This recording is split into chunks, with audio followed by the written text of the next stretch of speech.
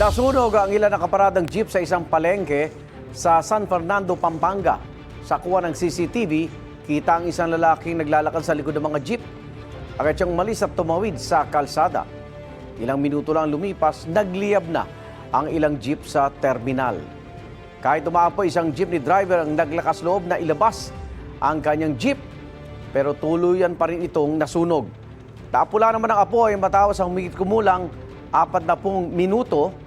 Ay sa kapitan ng barangay Bulaon, tinatayang nasa 440 o 450,000 pesos hanggang 600,000 pesos ang halaga ng pinsala ng sunog. Tingin niya, sadyang sinunog ang mga sasakyan. Isang person of interest na ang hawak ngayon ng pulisya. Patuloy ang investigasyon sa insidente. Igan, mauna ka sa mga balita, mag-subscribe na sa GMA Integrated News sa YouTube para sa iba't ibang ulat sa ating bansa.